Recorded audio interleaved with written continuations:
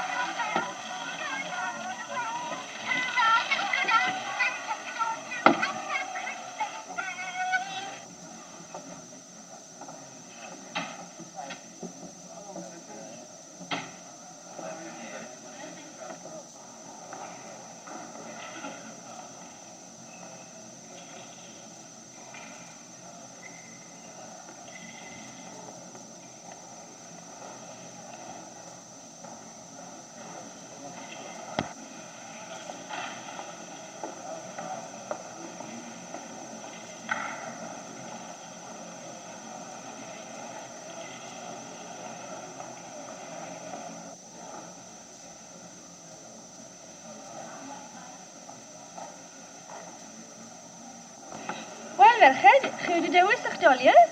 Dim. Pam hon, de? Wel, rwy'n hoff o'i wall. Ie.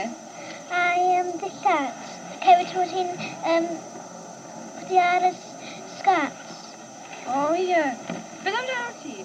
Mae'n hoffi gas, fi'n hoffi ffrogiau gallu. Mae'n gallu canu. Yn ar ôl chi wasgu'r bwtwm sy'n ar Bwta'r botwm na ni gael ei clywed ti.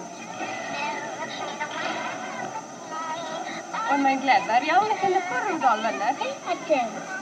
Ar o'n i yn blentyn, te, o'n i wedi fi rhyw ddol oedd fel babi i fi. Mae'n babi hefyd. Odi, ma hwnna. Ond beth am hon? Wel, bydd nhw'n credu bod hi'n edrych fel babi. Mae'n edrych fel mae'n 8 neu 9. Oed. Ond mae rai nawr sydd yn edrych lawer hun yna. Ie, maen nhw fel mamau a tadau a teenagers fel yna. Pam i chi'n dewis doliau fel yna, te? Wel, mae'n mwy o dillad neis dyn nhw. Mae'n modern a pethau fel yna. Pam dych chi ddim yn licio rhai'r teenagers? O, wel, maen nhw'n fwy ffysgu fel eich efo dillad modern. Mae chi'n fel y dillad eich babis fel. Mae'n eisiau wedyn, a chi'n gallu rhoi nhw'r gwely'n gynnar, a gallu bod yr gwely ddech chi.